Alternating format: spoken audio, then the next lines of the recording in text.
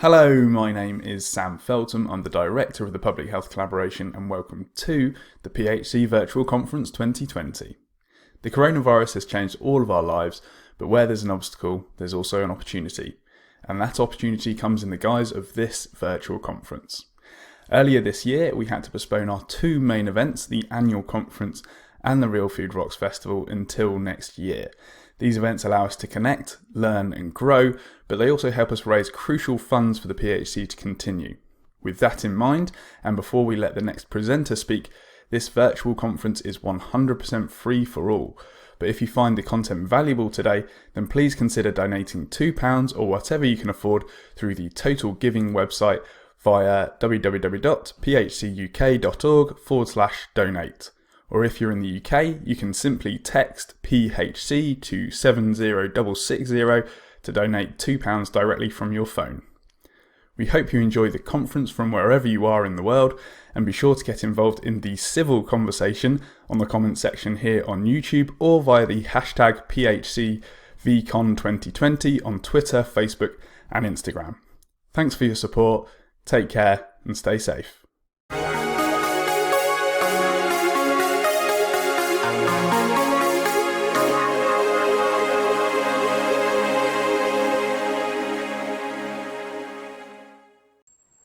Hello, I'm Katharine Morrison and I'm here to talk to you about the Oculus Quest and its role in fitness. This is the device here. It weighs 600 grams. When you put it on your head, it can feel, after a while it can feel quite heavy. It has hand controllers. Here we are, and I'll explain these a wee bit further on.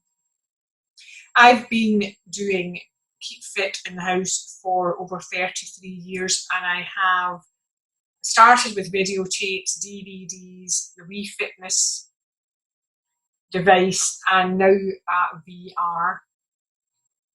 So I'm somewhat of an absolute fanatic on home exercise. I found gyms really just inconvenient to go to, and I know that a lot of you have not been able to go to your gyms and been wanting to have alternatives. So this is, I don't know how long lockdown will last, or whether you have been bitten by the home exercise of yourself. So I'll show you some of the games that are available to you. When you put the headset on, you go into a different reality altogether. It's quite stunning.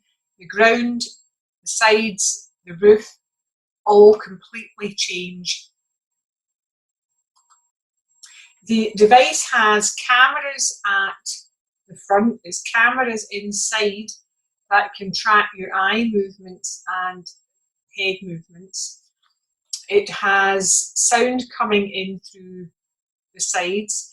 You can use your own headphones to improve the sound that you get, and that is often recommended for, say, dancing workouts. So that's something you might want to know. The lenses are inside are adjustable to the width of your face and also your eyesight. You do various tests about how to line up your vision with it, and it's also got, the device also has an insert, so if you wear glasses you can wear them throughout. Once you put the device on, you enter and you switch it on, you go into an alternate reality, but there are some safety mechanisms so that when you go out of the game you actually still can see things in your vicinity, but it's in black and white and grainy. So here's a set of the hands controllers, and these give you the freedom to move about in space.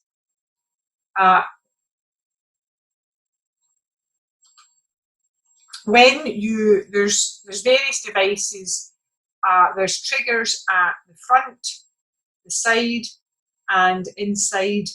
Now this button here is usually the one that you can move around and in space, and it gives the impression that you're moving you're actually stationary, but you feel as if you're moving forward or sideways or backways in the game. It can be very easy to completely get disorientated. You can also get motion sick, but there are various ways around that. Some games, what you do is you just turn the motion off in the game, or you can choose to teletransport so that you actually move forward in leaps and bounds in the game, so you don't get the feeling that you're moving. I enjoy the feeling of movement. You can actually feel as if you are flying, you're going in a boat. It's a very relaxing, and I enjoy it, but I'm not affected by motion sickness. As I said, this is a very immersive experience, and therefore you don't know what you're doing actually. You won't be able to see cats or objects when you're in a game. When you go out of the boundary of the game, you will be able to see them, but while you're in the game, you won't. So it's important to set yourself up so that you are not going to have any trip hazards, so that people don't disturb you, so that the animals can't get in. And when you go out of the boundary, which you'll set up, this as a blue grid comes up like a wall, so you know not to go further than that. If you do go further than that to put your head out, provided you've not put the boundary right at a wall, you will be able to see beyond the boundary, and for instance see your way to getting out the door to say answer a phone or whatever. You can set two types of boundaries up. The first one is a circle boundary, which is round about the arm's length in a radius around you, and that will stay constant. Or you could, if you've got a bigger area, you can actually outline your room. That's helpful, so you don't bang into coffee tables or whatever. When you're in games, as I said, you can move about in 3 dimensions, and you feel as if you are flying in some games. Some games are deliberately set up like that, particularly Ultra Wings, which is a flying game by itself, and you can lose, if you're standing up, you certainly could lose your balance. I nearly fell into the television when I was playing a space exploration game where I was clambering around a spaceship, and fortunately my 2 kids grabbed me at the right point. So therefore I would say get yourself an office type chair with wheels on it. Armless is probably better. Whatever you have, whatever suits you. And when you are playing games where your balance could be lost, such as flying games, then what to do is stand behind the chair. That'll give you something to grab onto. Now we all know the main components of fitness: balance, strength, and suppleness. But there's also others. Sorry, the main components of fitness, as we all know, are strength, stamina, and suppleness. But there's also balance, coordination, cognitive improvement, social interaction, and relaxation. I'm going to discuss all these components and how they pertain to VR games. The first thing is strength.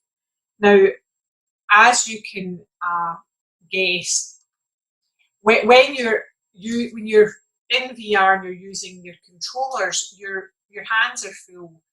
You're not able even to hold rubber bands in them, let alone weights or do things like press ups or anything. So really, as far as VR goes, there is not any good strength games. I'm not saying you won't improve strength in particularly your legs and upper body, but they're not very well developed. Therefore, I would say that there isn't really a good substitute for using all the equipment that you already maybe have, or using things like rubber bands, tubing, dumbbells, kettlebells, or machinery to enhance your fitness. It really depends what you've got room for. I've listed some trainers who have DVDs, and also some of them stream their workouts, so you can easily work at home and really make a difference to your strength.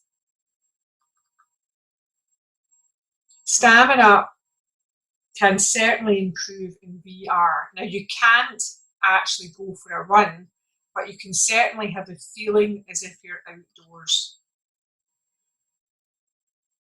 Some of the games can be adapted for strength to some extent. This is Box VR. You do a lot of lunging and squatting, and also you get extra points for the force at which you punch the objects coming towards you. You can use wrist weights or weighted gloves, and you can also wear weighted jackets. That will work out your legs, your waist, and your upper body, at least to some extent. You can certainly build up a big sweat with this. Synth Rider also does a lot of lunging. In addition to this, there is the feeling as if you're moving in space. You can turn that off in this game if you wish. Some people do get quite motion sick. In O-Shape, you're actually using your whole body to change the outlines of bodies come towards you, and you adjust your body to it. Now, obviously, some of these take quite a bit of practice, and you can start at there's usually easy, moderate, and hard, and very hard workouts in most of the VR fitness games, so that you can still have a really good workout. Now, the pictures I've shown you are really just screenshots. They do not do justice, I have to say, to the experience. Beat Saber is one of the most popular games. Your hand controllers turn into sabers, and you swipe at cubes coming towards you in various directions. Again, it can be very fast paced. Dancing, of course, is very good for coordination as well, and this is one of the dance games that's available, Dance Central. Suppleness. Now, there are some benefits in terms of suppleness, but when it comes to it, I don't think you get as good an experience in VR as you do when you're just simply copying someone doing a yoga or stretching video on a screen in front of you, where you can take plenty of time and you can use, for instance, rubber bands or straps to improve the experience. Sometimes in yoga, your balance is already tested, and I don't know how you would go on in VR with it. Now, there's plenty of yoga workouts available on YouTube, for instance, and you can use you can actually go into YouTube with your helmet on. And I think you certainly could copy the people. I haven't done that, but mainly because I don't think there's an advantage to. Yeah, I've got plenty of videos to use. If you don't have plenty of videos then and you wish to work out with Adrienne or anybody else, then it's something you possibly could try. But by and large, you won't be flinging out any of your workouts when it comes to the sort of stretching and yoga type of things. One thing I think is very helpful is Wii machines. When it comes to balance, as I've said, a lot of games will test this in VR because you actually can't really see where your feet are. You can see where your hands are, but at the moment they don't have anything for your feet. Now I wonder if that will come eventually, some sort of super socks you can wear, but at the moment not. So it could be a problem. Tai Chi is well known to improve balance and is used for rehabilitation, particularly for elderly people or people who've had strokes. There is a Tai Chi game which I have, but you mainly spend your time copying hand movements, and your feet are really left to themselves. So I think it's better to do exercise when it comes to Tai Chi in front of someone that knows what they're doing and somewhere that you can see your feet. So Scott Cole's particularly good for that.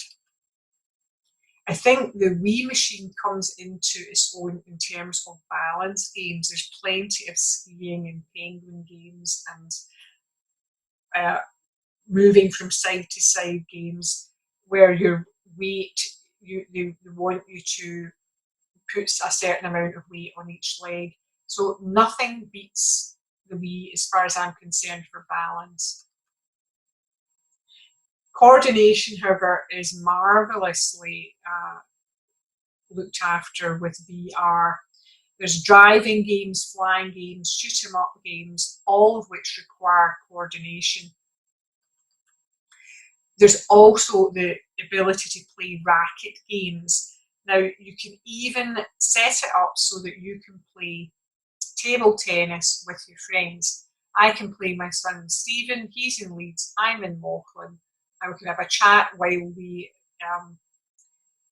play table tennis together, which is marvellous. There's a squash game called Racket, which is a 360 squash type game. It's very fast paced and you can really work out a big sweat with that. 11 is another table tennis game, and again you can play people that you know. There's even swimming games where you use your hands. I'll just show you what you're doing when the swimming games. You are going like this, and so you go down or up, you're moving your arms in various different directions. You can play the swimming game when you are seated on a chair, or you can do it standing. There's also fishing games, which are more relaxing and helping coordination rather than, of course, you don't get a fish, a real fish. You get pretend fish at the end of your line. Now, social games, there's a lot.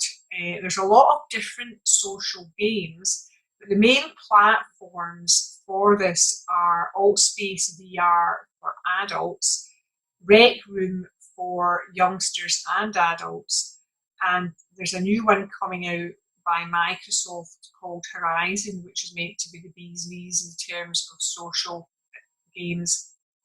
You can even join people at big cinema to that's a pay for.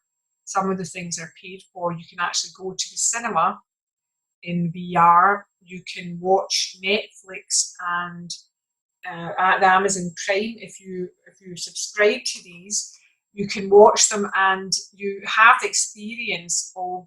You can also watch, for instance, YouTube. The National Theatre have been releasing stage productions.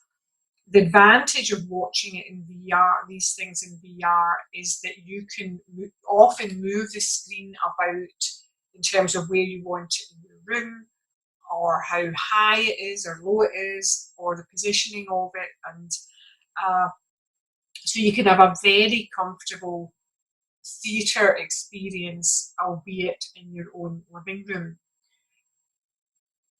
So other things you can do are climbing games. In Rec Room, you can play hide and seek, you can play sardines, there's a murder mystery game.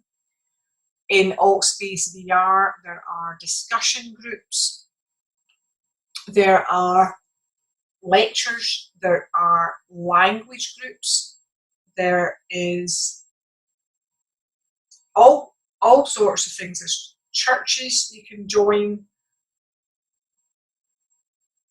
there's comedy clubs, there is music clubs. So there's also people play games of all sorts on the social apps. So it's something that, particularly when you're stuck in the house, it can certainly change your life. And I think it's something that's come in handy during lockdown. But you can make friends on VR with people. A lot of things run on Pacific time, but there's also a lot of things run on UK time. There are many puzzle games. This is a shot of I Expect You to Die, where you pretend to be a James Bond type spy. There are all sorts of games that you play, like in lighthouses and islands, helping a little mouse. You can help other little creatures do all sorts of things. You can end up in a space station. You can have you can even do things you do every day, but in a very funny way in Job Simulator, which takes the mickey out of a lot of jobs that we currently do. The cognitive games, I will say, they are ingenious, and it's not the case that you are likely to get through very easily. The good thing is that a lot of enthusiasts have put walkthrough videos on Google. So you can simply Google your game, and if you get stuck, you can watch a video and it'll help you get through it. I certainly have been stuck a lot of times, but I think I come to gaming extremely late. But what I notice is that younger gamers have a better idea because they've played a lot of games, so that they have a much better idea of how games work, and they get the hang of them a lot quicker. So if you're an oldie like me, you might have to have Google as your best friend. There are plenty of relaxation games on AltSpace VR and to some extent Rec Room. Other ones are Fuji, which is particularly beautiful. Trip is a meditation app. Raccoon Lagoon is very like Animal Crossing, which is a very popular game, although Animal Crossing is not on VR at the moment. You can join in a lot of meditations on AltSpace VR, group meditations which run So there's things that our VR doesn't do that well. That you can't, the strength, suppleness and balance aren't really looked after all that well in VR. It's not a substitute for getting out with your friends or horse riding or walking with your dog, but it really comes into its own with stamina gains, coordination, puzzle solving. You can have a social life and social interaction on VR and relaxation games. I think it's worth your consideration. You need a few things, first of all, to get started. You need space to play it. You're going to need a radius of your arm's length in all directions in any particular room. You are going to need a very good Wi-Fi. When you are charging the headset, keep the lenses away. This is window here. You would always have the screen facing any light source at your window, just in case it causes a fire. Now, if you're sharing a headset, don't use alcohol because it can damage the lenses. I'm reliably informed. You can simply use nothing if it's a member of your family. You've all been, you're sure that they're not going to have any nasty illnesses. Other than that, you can use just simply a antiseptic wipe. These have been used in nursing homes for people for research purposes and to actually take them out of their environment for a while, and they've been very successful, and they use detergent wipes for people. They cost £400. I have one that was £500, and it was because I bought it because all the £400 ones had sold out. It's got a bigger memory, but you don't really need it. The £400 is fine. You have the ability, if you run up to the memory banks full, you simply can uninstall a game and install another. The one that you have uninstalled will always be on the cloud, and you can reinstall it at any time. I hope you found this interesting, and when I see you next year, let me know how you get on with your experiences of VR and your Keep Fit routine. Bye bye.